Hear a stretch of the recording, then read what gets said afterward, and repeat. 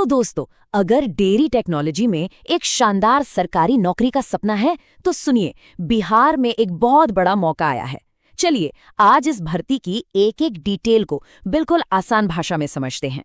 सबसे पहला और सबसे जरूरी सवाल, क्या डेयरी टेक्नोलॉजी की फील्ड में एक पक्की सरकारी नौकरी चाहिए? अगर इसका जवाब हाँ है तो बस अगले कुछ मिनट ध्यान से सुनिएगा, क्योंकि ये आपके लिए बहुत बहुत जरूरी हो सकते हैं। तो ये शानदार मौका दे रहा है बिहार तकनीकी सेवा आयोग, जिसे हम BTSC भी कहते हैं।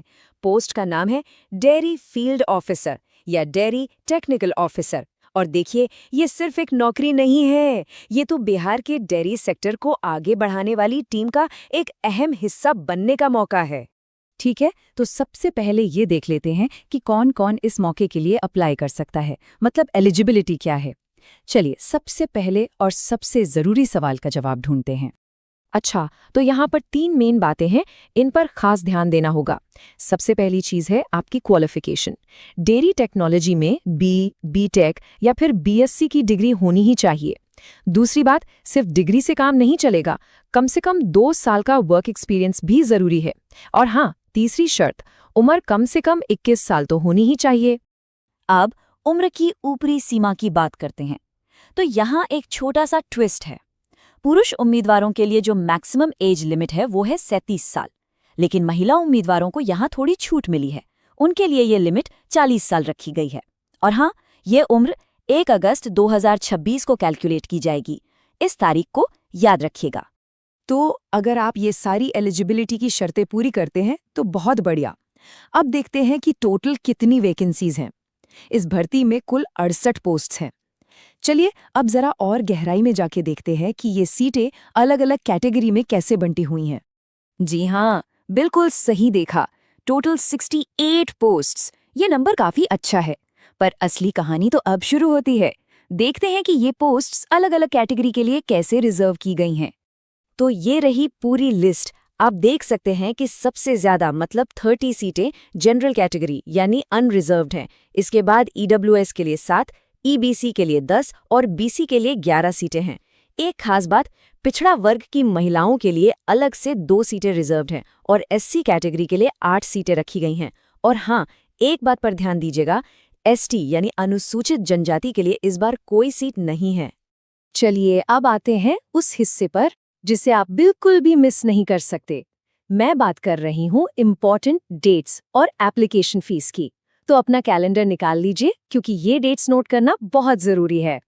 ये डेट्स तो फोन में रिमाइंडर लगाकर सेव कर लीजिए।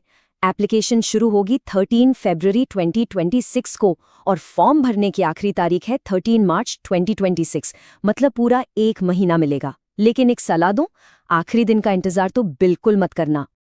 और अब बात फीस की, तो यहाँ ज्यादा सोचने की जरूरत नहीं है। सभी कैटेगरी के लिए, सबके लिए एप्लीकेशन फीस है सिर्फ 100 रुपए। काफी सही है ना? तो ठीक है, एलिजिबिलिटी पता चल गई, डेट्स भी पता चल गई। अब बस एक ही सवाल बचा है कि फॉर्म भरना कैसे है। फिक्र मत कीजिए, मैं आपको पूरी प्रोसेस स्टेप बाय स्टेप एकदम आसानी से समझाता हूँ।